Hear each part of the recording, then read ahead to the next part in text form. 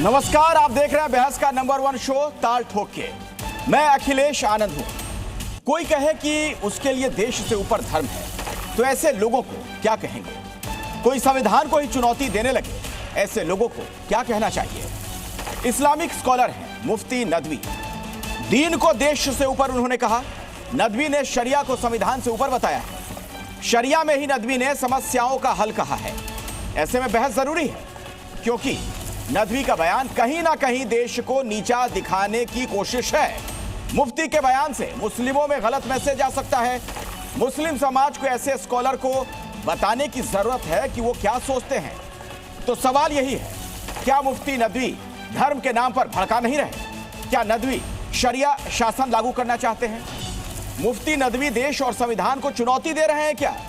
और भी दूसरे सवालों पर ठोकेंगे ताल, जिसमें कुछ खास मेहमान भी मेरे साथ जुड़ने वाले हैं।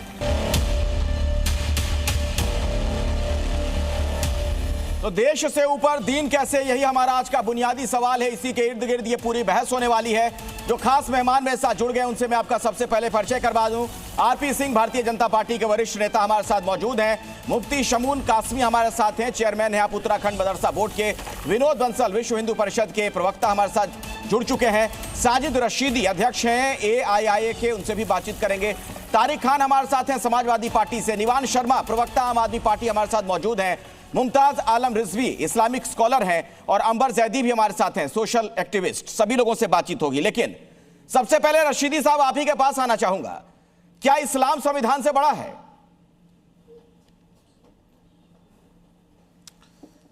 देखिए अखिलेश भाई, एक शंकराचार्य हैं अभिमुक्तशरानंद, शायद आप जानते होंगे।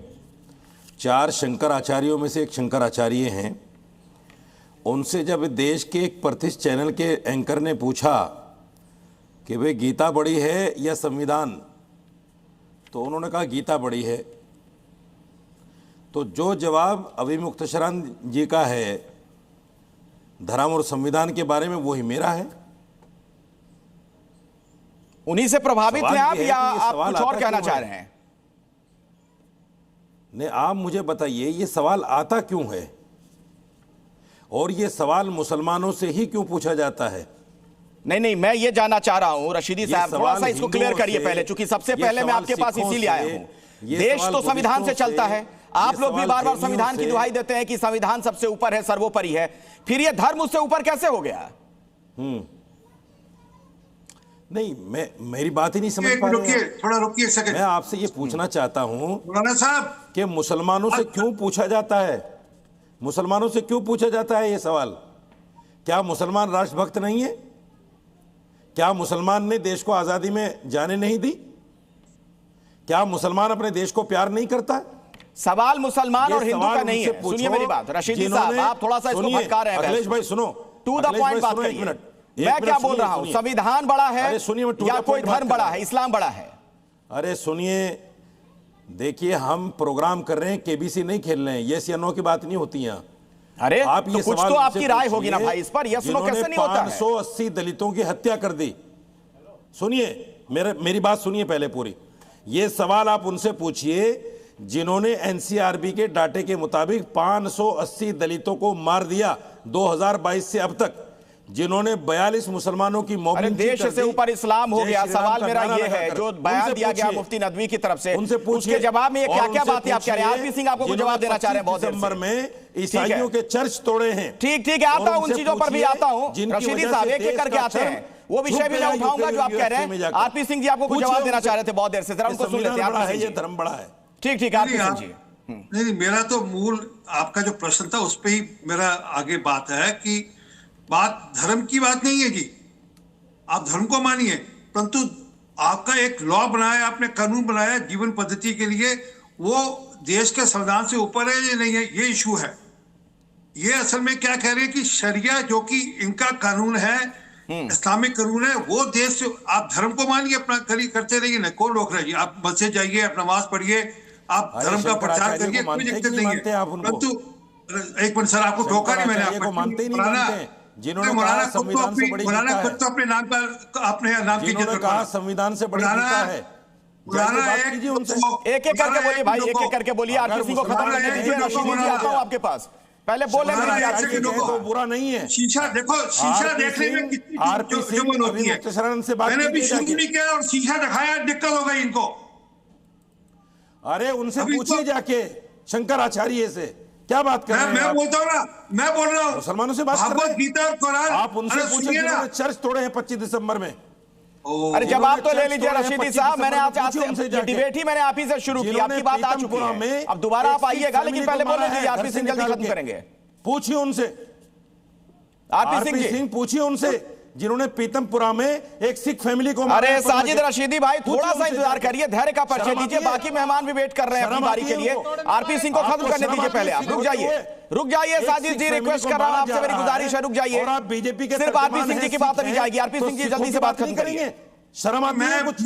मैं शर्म आती इस है? प्रकार से डिबेट नहीं कर रहा। ये असल में शर्म इनको आती शरिया है? लागू कर रखा है आपकी डिबेट में। इन्होंने आपकी डिबेट में शर्म शरिया आती लागू है? कर रखा है। सिखों को दूसरों को बोलने मत दो, यही शरिया कहता है क्या? पूछो इनसे। ठीक है, मुद्दे पे आइए। आरपी सिंह शरिया लागू कर जी, दिया उन्होंने, हमने तो नहीं बोला ना। यही तो फर्क है संविधान और शरिया में। कमाल हो गई। मतलब बात आपको टोका नहीं मैंने एक बार भी। मेरे ठीक है, विषय कौम पे आइए, के विषय पे आइए। हाँ। मेरी कौम के 3000 लोगों को मारा गया, दिल्ली का टायर डालकर जलाया गया। हमने लड़ाई लड़ी कानून से, हमने सजा दिलाई कानून से। ये है फर्क, समझिए बात को आप। और ये जो आप कहते हो ना शरिया ऊपर हमारे लिए, तो शरिया पूरा लागू करिए। फिर शरिया सिर्फ सिविल लॉ के लिए नहीं, शरिया क्रिमिनल लॉ के लिए भी लागू करना चाहिए। फिर क्या मानेंगे आप उस बात को? मतलब ये जो आधा अधूरा सपना, आधा अधूरी बात करना। और इस देश में जो आया है, जो देश का नागरिक है, उसको इस देश का संविधान मानना ही होगा, और कोई रास्ता नहीं है। और कोई रास्ता नहीं है। तारिक खान मानता है उसको इस देश में रहने का अधिकार नहीं है। आपकी बात समझ गया, संविधान सर्वोपरि आप ये कह रहे हैं। तारिक खान समाजवादी पार्टी से हैं। तारिक खान साहब, क्या देश शरिया से चलेगा? नहीं, संविधान से चलेगा। तो दीन फिर ऊपर कैसे हो जाएगा? संविधान से चलेगा। कौन बोला? एक मुफ्ती का बयान है, मुफ्ती नदवी है, उनका ये बयान है। और साजिद रशीदी भी हमारे साथ बैठे हैं, वो भी इसका समर्थन कर रहे हैं। नहीं नहीं, ठीक है। और समर्थन उन लोगों का भी जो हिंदू राष्ट्र बनाना चाहते हैं, उनका भी समर्थन।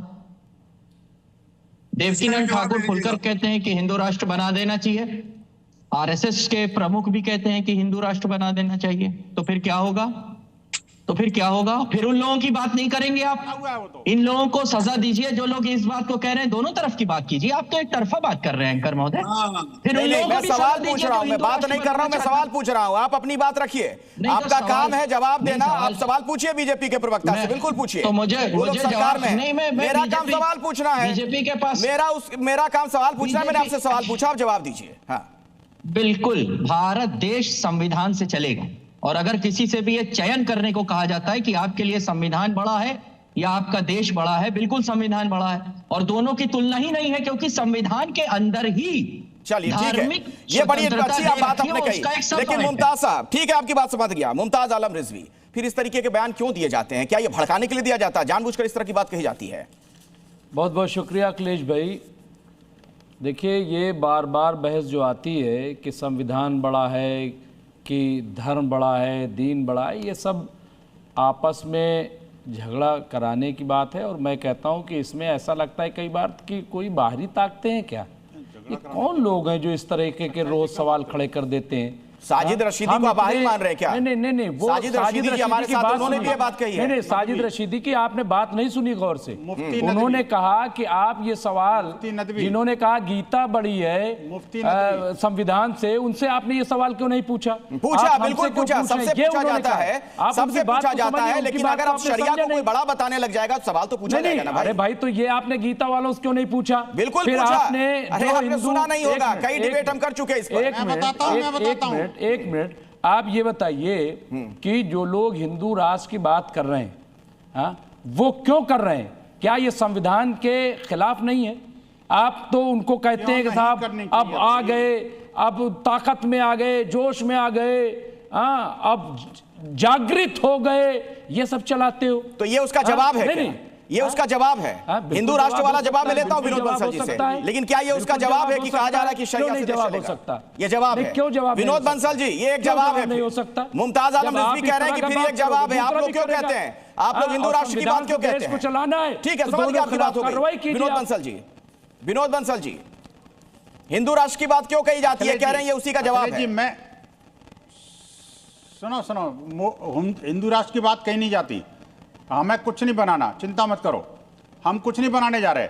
जो है वो है, इसको कोई चेंज नहीं कर सकता, क्योंकि जब तक हिंदू यहाँ पर बहुसंख्यक है ना, तब तक ऐसा रहेगा। जिस दिन हिंदू अल्पसंख्यक हो जाएगा, उस दिन वही होगा जो सीरिया में हो रहा है, जो अफगानिस्तान में हो रहा है, पाकिस्तान में हो रहा है। लेकिन मैं एक बात कहना चाहता हूँ अखिलेश जी, मैं कहता हूँ बड़े डंके की चोट के साथ में, मैं डंके की चोट के साथ कहता हूँ, मेरा भारत का संविधान मेरे सभी धर्म ग्रंथों से ऊपर है। और मैं कहना चाहता हूं, मेरी कोई भी प्रार्थना तब तक सफल नहीं होती, तब तक सक्सेसफुल नहीं होती, जब तक मैं भारत माता की जय नहीं बोलता। आप मुझे बताइए कि ये चारों में से कोई, आपको जो पैनलिस्ट बैठे हैं, तीनों चारों में से कोई एक कह सकता है क्या? अरे आपको तो पैसे मिलते हैं भारत का संविधान कि किसी मुसलमान को भारत माता की जय कहलवा लो। मेरे एक चैलेंज करता हूं, मेरे एक सवाल का जवाब दीजिए। डिबेट में आपको आकर के यही मेरे एक सवाल का जवाब दीजिए। चार सवाल का जवाब नहीं, आप क्या दिखा दीजिए। हर डिबेट में कहते हैं। तो अगर आपको लगता है उनका एजेंडा है तो एजेंडा फुस कर दीजिए, आप बोल दीजिए। अखिलेश जी, अब आज से अगर आपको लगता है उनका एजेंडा है तो आप एजेंडा खत्म कर दीजिए ना भाई, बोल दीजिए। एजेंडा बना लीजिए ना कि भाई वो वही डिबेट में आएगा जो भारत माता की जय। मैं वो नहीं कह रहा हूं, लेकिन आप कह रहे हैं, उन पर आरोप लगा रहे हैं, तो मैं कह रहा हूं आप बोल दीजिए ना भाई। मुमताज आलम रिजवी खुश कर दीजिए एजेंडा, आपको लग रहा है आपको कि एजेंडा है ये। ठीक है, अमर ज़ैदी कुछ इसमें कहना चाह रही है। ठीक है, कर दीजिए, मैंडेटरी कर दीजिए। ठीक है, अंबर ज़ैदी क्या जोड़ना चाह रही है इसमें? सबसे पहली बात तो ये कि मुझे अखिलेश जी नहीं बोलेंगे ये कि भारत माता की जय कहने के लिए किसी को आपको वादे करना भी नहीं चाहिए। ये तो आपको अपनी खुशी से और बहुत गर्व के साथ बोलना चाहिए। हर एक भारतवासी को, मैं तो 2 करोड़ बार कहती हूँ, हर बार कहती हूँ, सोते जागते बोलती हूँ, भारत माता की जय मेरे लिए गर्व की बात है। आपके लिए प्रोपेगेंडा या एजेंडा कैसे हो गया?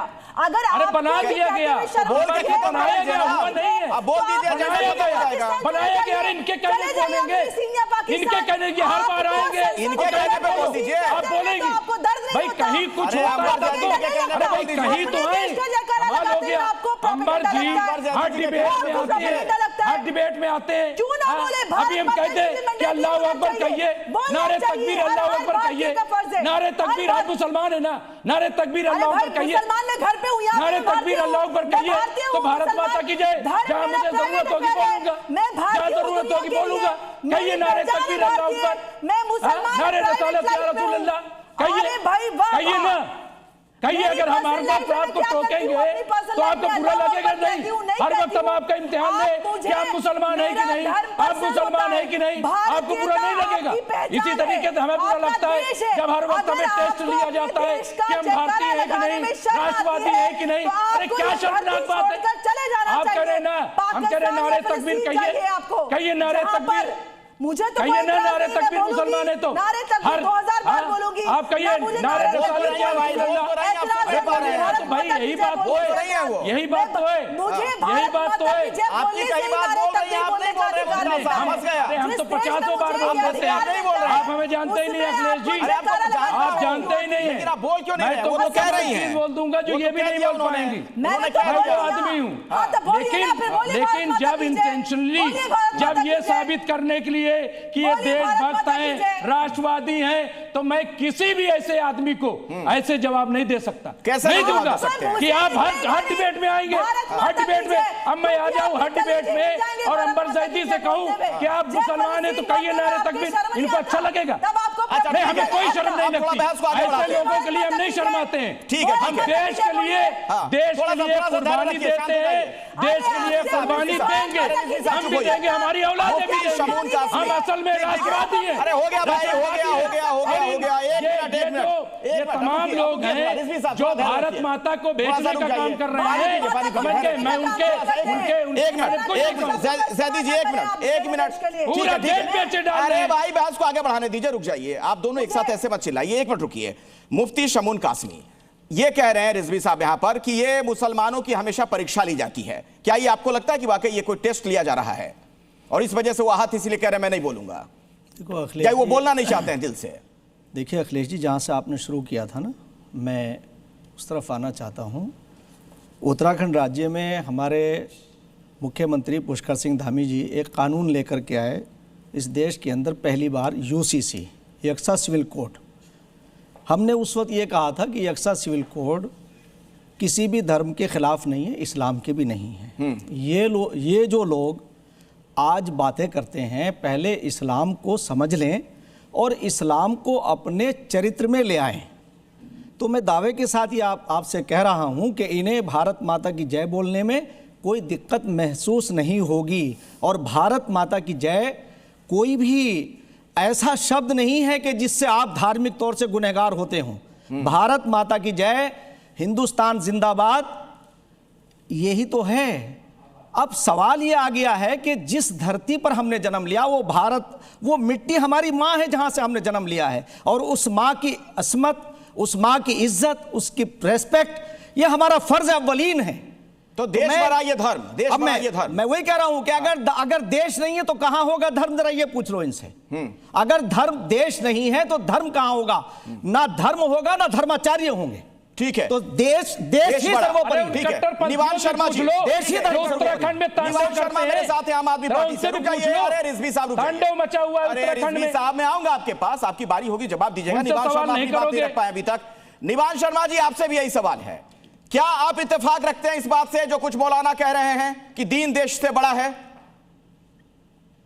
देखिए, बहुत बहुत नमस्कार। और हम तो किसी भी ऐसी बात से इत्तेफाक नहीं रखते जिससे हमारे देश का माहौल खराब हो, जिससे हमारे देश में जो है किसी भी धर्म की या किसी भी व्यक्ति की जो उनकी भावनाएं वो आहत हो। हम तो नहीं इत्तेफाक रखते। और हम तो बल्कि ये कहना चाहते हैं कि कौन चाहता है कि भारत के अंदर इस तरह की बातों पे चर्चा हो, इस तरह की बातों से लोगों का डिवाइड हो, इस तरह की बातों से लोगों में मन मुटाव हो? कौन चाहता है? पाकिस्तान चाहता है। पाकिस्तान जो चाहता है कि भारत के अंदर जो है माहौल खराब हो, तो पाकिस्तान के एजेंडा को यहाँ पे चलाने का काम नहीं करना चाहिए। कौन चलाता है यहाँ पे पाकिस्तान का एजेंडा, जो लोगों को धर्म के बारे में बोल के लोगों को बांटना चाहता है? जवाब दे रहे आप तो वो तो जवाब नहीं दे रहे, आप ही जवाब दे दो उनकी तरफ से। संविधान बड़ी है, कुरान बताओ ना। नहीं, इनको क्या परेशानी इस बारे में? मैंने इनके बारे में क्या कहा? ये पाकिस्तान के समर्थन में क्यों? मेरे देश के ऊपर सरिया लादना चाहते हो आप? नहीं, ये पाकिस्तान के समर्थन में ये क्यों बोलने लग गए? खास बन के बैठी हुई है। कमाल, क्या बदतमीजी है ये? कमाल है। मैं कह रहा हूँ कि हमारे देश में धर्म के नाम पे बांटने का एजेंडा चलाने वालों के खिलाफ धर्म कहाँ है? तो ये क्यों भड़क रहे हैं? ये धर्म नहीं है, अधर्म है। भारत माता का विरोध करना अधर्म है। अरे संविधान का विरोध करना अधर्म है। हमारे देश शरीयत को लागू करना अधर्म है। ये भारत की सभ्यता देश से ऊपर कुछ नहीं है। इनको क्या परेशानी होगी? संस्कृति नहीं कहती। इनको क्या परेशानी होगी? मैं तो कह रहा हूँ हमारे देश में देश से ऊपर कुछ नहीं है। आपको परेशानी नहीं हो रही? अरे जो 25 तारीख को तोड़ फोड़ किए वो क्या है? एक मिनट। मेरे देश के ऊपर शरीयत लागू करोगे, परेशानी नहीं होगी? आपको पहले सुनना पड़ेगा मैं क्या बोल रहा हूँ। बिना सुने बोलने का अफगानिस्तान के अंदर क्या हुआ? बोलते जा रहे हैं बिना सुने। बांग्लादेश के अंदर क्या हुआ? पाकिस्तान का एजेंडा चलाना बंद कर देना चाहिए यहाँ के लोगों को। मुंह में दही जम गया है तो इसका मतलब मैं थोड़ी लोगों को बांटने का एजेंडा चलाना बंद कर देना चाहिए। इसका मतलब विश्व हिंदू परिषद थोड़ी देश में बहुत महत्वपूर्ण मुद्दे हैं। के अंदर हिंदुओं की क्या स्थिति हो रही है? देश में लोगों को बांटने का मुद्दा चलाना बंद कर देना चाहिए। इसी शरीयत देखिए, मेरा जो सवाल है बड़ा व्यापक है, उसको थोड़ा बड़े संदर्भ में समझिए। ठीक है। साजिद रशीदी, बंसल साहब एक मिनट रुक जाइए। निवान शर्मा आप भी रुक जाइए, आप दोनों प्लीज रुकिए, थोड़ा सा मुझे समझने दीजिए। साजिद रशीदी, मेरा सवाल व्यापक है, थोड़ा बड़ा है। जो लोग खुद को इस्लाम का जानकार बताते हैं, मौलाना है, मुफ्ती हैं, अगर वो इस तरीके की बातें करेंगे तो क्या बाकी मुसलमानों में गलत संदेश नहीं जाएगा? क्या ये उनको भड़काने का काम नहीं होता जब इस तरह की बात कह दी जाएगी कि नहीं शरिया ऊपर है या फिर देश से ऊपर इस्लाम है? अखिलेश भाई, एक तो आप मुझे गलत इंटरप्रेट कर रहे हैं। मैंने अभी तक ये लफ्ज़ नहीं बोला। मैंने सिर्फ आपको एग्जाम्पल दिए हैं। मैंने ये कहा है कि जो अपने आप को सनातनी मानते हैं और संविधान को बड़ा मानते हैं, यही लोग हैं जिन्होंने 1984 में सिखों का कत्लेआम किया था। यही लोग हैं जिन्होंने 580 दलितों को 2022 से अब तक मार दिया। यही लोग हैं जिन्होंने 42 मुसलमानों को मॉब लिंचिंग कर दी। एक-एक करके बोलिए भाई, एक-एक करके। बंसल साहब सुन तो लीजिए। साजिद रशीदी क्या कहना चाह रहे हैं, उनका पॉइंट तो आने दीजिए पहले। पागल हो गया क्या ये आदमी? बंसल साहब एक मिनट, ये बार बार बोल रहा है, ये आदमी पागल है बंसल क्या? साहब नहीं, इस तरह की बातचीत नहीं, आपस में मत उलझिए आप लोग, बहस डिटेल होती है, आपस में मत उलझिए और एक दूसरे के खिलाफ कोई इस तरह की टिप्पणी ना करे जो अमर्यादित हो। मैं इसका समर्थन बिल्कुल नहीं करता हूं और ऐसे लोगों से फिर बातचीत नहीं हो पाएगी। एक मिनट, एक करके अपनी बात रखिए। बंसल साहब आपको पूरा मौका दिया जाएगा, मैं रिक्वेस्ट कर रहा हूं 30 सेकंड के लिए आप रुक जाइए और साजिद रशीदी आप मुद्दे पर आइए, मुद्दे पर अपनी बात रखिए। इनकी आवाज बंद कीजिए भाई, जब होगी डिबेट नहीं होने देंगे। साजिद रशीदी जल्दी से अपनी बात रखिए। आपकी आदत है डिबेट रियल करने की। राजीव गांधी ने कराया था। अरे ये चुप होंगे तभी बात करूंगा ना, इनको चुप कीजिए ना। आप ये बताइए, ठीक है जो आप कह रहे हैं, आप सुन लीजिए मेरी बात। साजिद रशीदी समझिए, जरा सवाल को समझने का प्रयास करिए। मैं उस सवाल का जवाब लूंगा, बीजेपी के नेता से भी लूंगा, दूसरे तरफ से भी जो कुछ लोग धर्म को बड़ा बनाने लगते हैं उस पर भी सवाल पूछा जाएगा। लेकिन आपसे जो मेरा सवाल है उससे समझिए, टू द पॉइंट पूछ रहा हूं मैं बिल्कुल मैं आपसे, कि अगर कोई आपके धर्म से, मजहब से ये कहता है कि इस्लाम बड़ा है देश नहीं, उसको क्या जवाब दीजिएगा आप? देखिए, इस देश में आस्था के नाम पर सब कुछ हो रहा है। बाबरी मस्जिद का फैसला आस्था के नाम पर हुआ कि नहीं हुआ? बिल्कुल नहीं हुआ आस्था के सारे नाम पर। सबूत मस्जिद के फ्लोर में फिर आप भटक गए। फैसला हुआ आस्था के नाम पर, किसने कहा कि फैसला हुआ आस्था के नाम पर। आप भटक गए, फिर भटक गए। मेरा सवाल वो नहीं था। बताइए जैदी जी क्या कहना चाह रहे हैं? मुझे बताइए आप। अखिलेश जी, मैं अब तक मुझे ये आदमी मुझे बोलने नहीं दे रहा, कौन है ये पागल आदमी? अंबर जैदी, ठीक है, आपस में मत उलझिए। अंबर जैदी जी अपनी बात रख रही है, सुनिए जरा आपस में नहीं। मैं यहाँ पर कुछ कहना चाहती हूँ। सबसे पहले तो ये अरे मुझे बात तो पूरी कर लेने दीजिए। रशीदी साहब, मैं मुझे बात तो पूरी कर लेने दीजिए ना। आप दूसरी बार बोल रहे हैं, मुझे बोलने का मौका नहीं मिला है, तो मुझे थोड़ा सा। अरे मुझे बात पूरी करने दीजिए ना, आप बीच में। अरे मुझे समय ही नहीं मिला, आप कैसी बात कर रहे हैं? मुझे बात रखने दीजिए, मैं अपनी बात रखूंगा। अच्छा सुनिए, एक मिनट मैं बीच का रास्ता निकाल देता हूँ, बीच का रास्ता निकाल देता हूँ भाई। सुन लीजिए, आपस में मत उलझिए। रशीदी साहब 30 सेकंड आपको देता हूँ, फटाफट बात खत्म करिए जल्दी से। फिर आता हूँ, जाते हैं आप लोग। हाँ, आपके बीच में कोई नहीं आया, मुझे एंकर ने टाइम दिया। ठीक आ रहा था जैदी जी, मैं बदतमीजी ना कीजिए। ठीक है रशीदी जी, 30 सेकंड में बात रखिए, छोड़िए इधर उधर की बात मत करिए, मुद्दे पे आइए। हाँ कर रहा हूं, मुझे बोलने देंगे तब ना। शंकर आचार्यों में से एक शंकराचार्य, 4 में से एक शंकराचार्य कभी मनुस्मृति को बड़ा बताते हैं संविधान से, कभी गीता को बड़ा बताते हैं संविधान से। उस पर कोई सवाल नहीं करता। अगर मुसलमान बोल जाता है तो मुसलमान ने क्यों बोल दिया, ये शरीयत लागू करना चाहते हैं। किसी ने कहा शरीयत लागू करना चाहते हैं? हो गया। कब कहा मुसलमान? ठीक है, अंबर ज़ैदी अपनी बात रखिए। हो गया साहब, आपकी बात हो गई। शंकराचार्य की सबसे पहले तो मैं मुफ्ती शमाइल नदवी से बात करती हूँ। मुफ्ती शमाइल नदवी कुछ दिनों से अचानक से उनका एक सॉफ्ट लॉन्च होता है बड़े प्रतिष्ठित चैनल पर, बड़े अच्छे ढंग से होता है और अचानक से वो चर्चा में बन जाते हैं। सबसे पहले तो उनकी जांच होनी चाहिए कि उनको कौन फंड कर रहा है कि वो अचानक से आकर मुसलमानों को और ज्यादा भटकाने का काम कर रहे हैं। वो मुसलमानों को ये बोल रहे हैं कि आप गलत राह पे चलते आए हैं, आपने इस देश के संविधान को तरजीह दी, आपने अल्लाह को नहीं माना, अल्लाह को पीछे रखा, इस देश के संविधान को रखा। अब दूसरी बात जो यहाँ पर रशीदी साहब कह रहे हैं, शंकराचार्य जी ने क्या बोला मैंने वो नहीं देखा है, लेकिन मैं इस देश के हिंदुओं को जानती हूं। आप एक तरफ मुसलमानों को खड़ा कर लीजिए और एक तरफ हिंदुओं को। आप अगर 2 करोड़ हिंदुओं के पास जाते हैं तो 2 करोड़ में से 2 करोड़ ये कहेंगे कि हमारे लिए इस देश का संविधान सबसे ऊपर है। ये देश की सच्चाई और फैक्ट है। उसके विपरीत आप मुसलमानों के पास चले जाइए, उनको मुफ्ती शमाइल नदवी जैसे, सादिक रशीदी जैसे लोग ये कहकर भटकाते रहते हैं कि आपके लिए अल्लाह का फरमान सबसे पहले। अगर अल्लाह का फरमान सबसे पहले होता शरीयत के नाम पर तो 57 इस्लामिक मुल्क एक जैसे चलते, सब जगह एक जैसी शरीयत होती, एक जैसे मुसलमान रिवाज होते। और अगर आप अल्लाह के फरमान को इतना ही मानते हैं, आप एक काफिर जमीन पर नहीं रह सकते, तो आप हिजरत कर सकते हैं।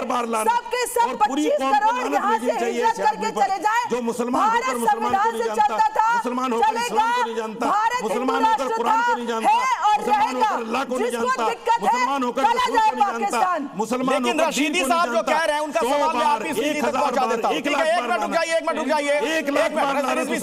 आरपी सिंह जी चूंकि भारतीय जनता पार्टी के प्रवक्ता हैं, आप लोग सरकार में हैं। रशीदी जी जो बार बात कह रहे हैं वो ये कह रहे हैं कि जो लोग हिंदू राष्ट्र की बात करते हैं उस तरफ से जो देश से ऊपर बताने की कोशिश करते हैं धर्म को, उनके लिए क्या कहिएगा? एक मिनट जवाब आने दीजिए। ठीक है, एक मिनट जैदी जी, एक मिनट। आरपी सिंह जी आपसे ये सवाल है, रशीदी ये कह रहे हैं, रशीदी जी बार ये कह रहे हैं कि जो लोग हिंदू राष्ट्र की बात करते हैं, क्या वो संविधान को की बात कर रहे हैं? क्या ये संविधान सम्मत है? पहली बात तो रशीदी मौलाना नहीं है, ये फसादी है। फिर इस तरह की बातचीत मत करिए। आरपी सिंह जी, वो भी हमारे लिए गेस्ट हैं, मेहमान हैं। सुन लीजिए क्यों आप हो 1984 जो हुआ था के दंगों को भूल गए। कांग्रेस के नेताओं ने किया था, कांग्रेस के वर्कर्स ने किया था।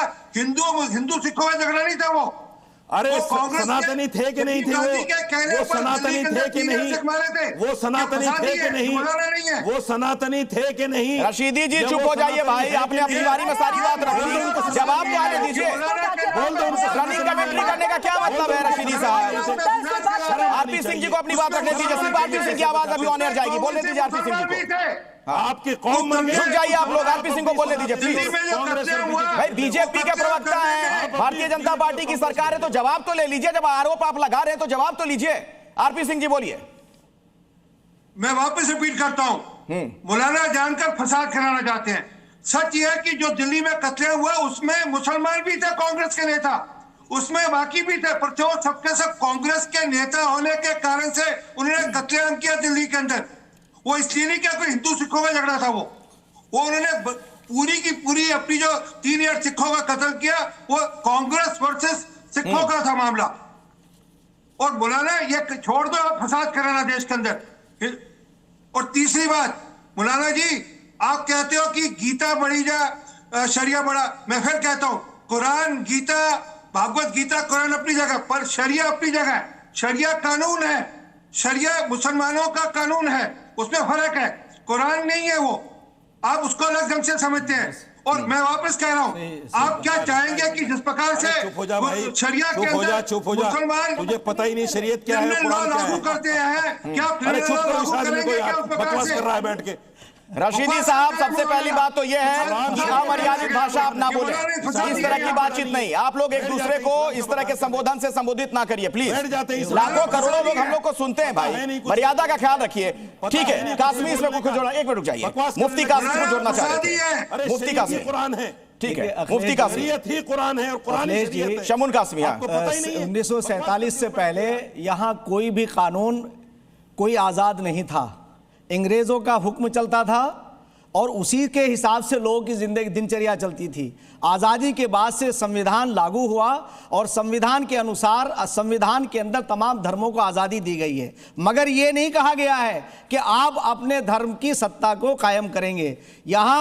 यहाँ एक सेकुलर कंट्री है और सब अपने अपने हिसाब से अपनी पूजा पद्धति करते हैं, उसका अधिकार सबको हासिल है। मगर कोई ये कहे, कोई वर्गलाए और ये बात कहे कि यहाँ संविधान नहीं बल्कि शरीयत या हिंदू लॉ होना चाहिए या सिख लॉ होना चाहिए, ऐसा कोई नहीं है। यहाँ संविधान ही सर्वोपरि है और तमाम धर्मों को अगर आज़ाद रहना है तो एक संविधान तो लाना ही पड़ेगा। ये कौन लोग हैं जो इस तरह की बातें कर रहे हैं? अरे देश के अंदर अगर संविधान नहीं होगा तो अराजकता होगी और अराजकता होगी तो कैसे आप अपने धर्म के ऊपर अमल कर लेंगे? तो इसलिए मैं कहना चाहता हूं कि अनर्गल बातें किसी को नहीं करनी चाहिए। पड़ोसी देशों में क्या हो रहा है देख लीजिए ना रिजवी साहब, पड़ोसी देशों में क्या हो रहा है, ये जो सब कॉन्टिनेंट है, भारत के अलावा जो तमाम देश हैं वहां पर आप देख रहे हैं। देखिए बिल्कुल अखिलेश भाई, आप शरीयत को अपने घर में रखिए। देखिए देश जो है संविधान से चलेगा और हम सब संविधान को मानते हैं। संविधान ने ही शरीयत पर चलने के लिए हमें आर्टिकल 25 दिया है,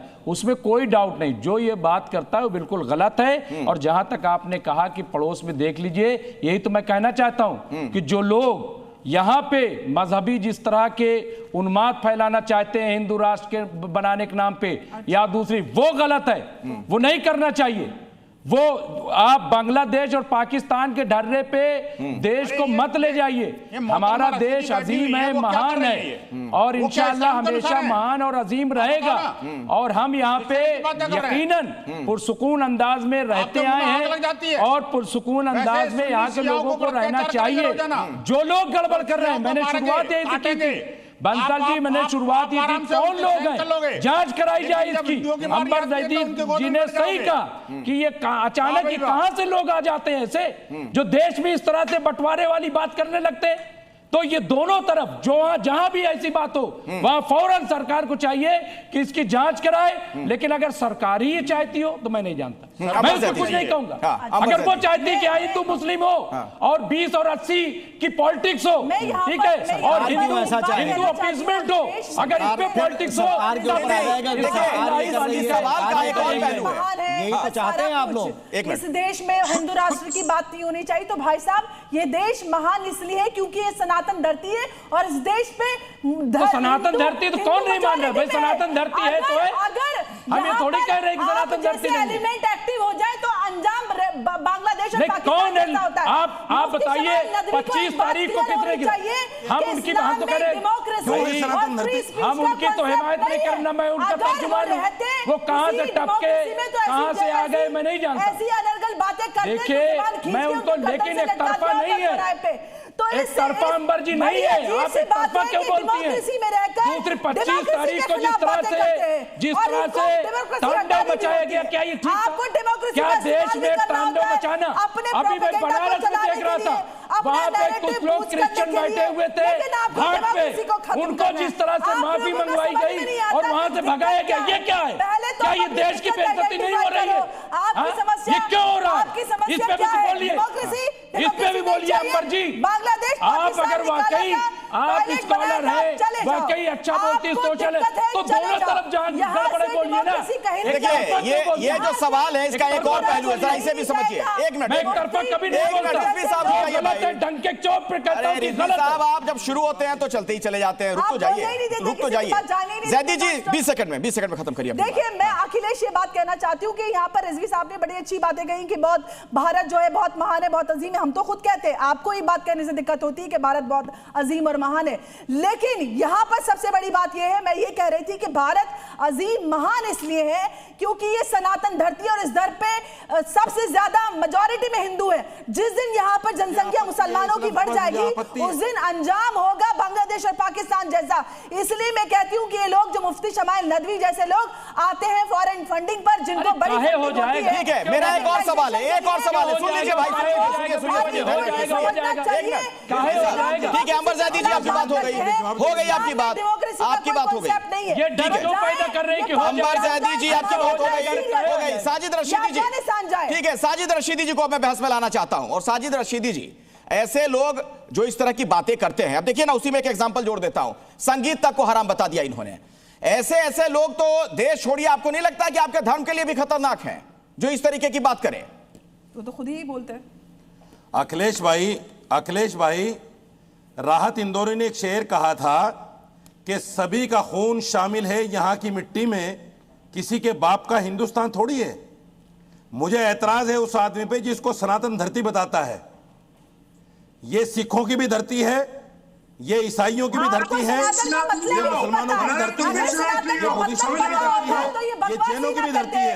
जो सनातन धरती बताते हैं वो गद्दार है देश के, गद्दार है। पढ़ के आइए, जो सनातन धरती बताते हैं इसको देश के गद्दार हैं। सब कुछ समाया हुआ होता है, वो गद्दार है देश के। सब कुछ आप उसके आजादी सबने मिलकर ली है, कुछ भी मान सकते हैं, आजादी सबने मिलकर ली है। सिख धर्म भी ये बेईमान लोग बोलने दीजिए, रशीदी जी की बात आने दीजिए। हमारी आजादी को सब कुछ सनातन है, शाश्वत जो है। हमारी कुर्बानियों को साजिद रशीदी जी को अपनी बात रखने दीजिए जल्दी से। जो हमारी कुर्बानियों को जाया करना चाहते हैं गद्दार लोग हैं। अरे मैंने ये सवाल नहीं पूछा था भाई, ये सारी बातें। एक मिनट साजिद रशीदी जी, ये सारी बातें कई बार आप कह चुके हैं, जिसका जवाब आप बार बार वही दे रहे हैं। मेरा सवाल ये नहीं था, संगीत तक को जो लोग हराम बता दे रहे, कैसे लोग हैं, कहां ले जाएंगे भैया इस देश को, दुनिया को? ये कौन सी सोच है? आप भी यही मानते हैं क्या? होने में अगर मेरी आस्था है, अगर मेरी आस्था है कि संगीत हराम है, आपको क्या दिक्कत है भाई? नहीं तो मेरी आस्था को अपने तक सीमित रखिए, आप गाना मत सुनिए, आप गाना मत सुनिए, संगीत मत सुनिए, लेकिन ये कैसे कह दीजिएगा कि हराम है? करते हैं, महिलाओं के खिलाफ अनर्गल बातें करते हैं, फिर आप उसको कहते हैं कि इस्लाम के दायरे में ये इस्लाम की सही व्याख्या है कि आप महिलाओं के लिए उल्टी सीधी भाषा का इस्तेमाल करें, देश की संस्कृति के खिलाफ बात करें, फिर आप कहते हैं कि आप इस्लाम की बात कर रहे हैं। इस्लाम की व्याख्या, इस्लाम का प्रचार प्रसार आप पर्सनल स्पेस में करें, ठीक है? आरपी सिंह जी स्तर पर करें, ठीक है, और फिर आप उसको कहें कि मेरी आस्था ये आस्था नहीं। अब आरपी सिंह बोलेंगे, ठीक है, आरपी सिंह जी की बात आनी चाहिए, बहुत देर से कुछ कहना चाह रहे हैं आरपी सिंह जी, आप चुप रहिए। ठीक है अखिलेश जी, मेरा कहना है कि जितने मेरे यहाँ पे पैनलिस्ट बैठे हैं, सबसे पूछ लिया क्या संगीत हराम है क्या? इन्होंने कई साल तक थिएटर नहीं खुलने दिया कश्मीर में। अब जाकर कश्मीर में थिएटर खुला, लोग देखने जाते हैं, पिक्चर देखने जाते हैं। ये कहां लिखा है कि संगीत हराम है? बता दीजिए हमारे को। मतलब अपने हिसाब से अपनी परिभाषा गढ़ना। तभी तो मैं कहता हूं ये मौलाना नहीं, फसादी है ये सब लोग। ये देश में संगीत भी नहीं चाहते। ये सब लोग क्यों इस्तेमाल किया आपने? क्यों सब लोग इस्तेमाल किया? कौन फसादी है यहाँ पे? 25 करोड़ मुसलमान फसादी है। आप फसादी हो, खालिस्तानी हो। ये मौलानाओं के लिए कह रहे हैं भाई। ये कह रहे हैं कि कुछ मौलाना जो ऐसी बात कहते हैं। सबको कह दिया नहीं तो कहाँ संगीत? बिल्कुल संगीत जो है सारे मौसीकी जो है, सारी मौसीकी जो है जायज नहीं है। कुछ मौसीकी है जो बिल्कुल हराम है। ये मौलाना को समझाओ, ये मौलाना जी को समझाओ। तो सब क्यों कह दिया भाई? जो आपके साथ डिबेट में उसको कहिए। आपने एक तरफ से बिल्कुल हाथ दिया। आपका शुक्रिया साहब, आपका शुक्रिया कर दिया। मौलाना साहब को समझाओ जो चाहे वो जो कह रहे हैं इस्लाम में संगीत। चलिए अब डिबेट में फिलहाल मेरे पास इतना ही समय था। आप सभी मेहमानों का बहुत बहुत शुक्रिया इस चर्चा में शामिल होने के लिए। लेकिन इस बात पे तो बहस भी नहीं होनी चाहिए। देश से बड़ा कुछ भी नहीं है। देश है तभी हम सभी हैं। इस बात का हम सभी को ख्याल रखना चाहिए।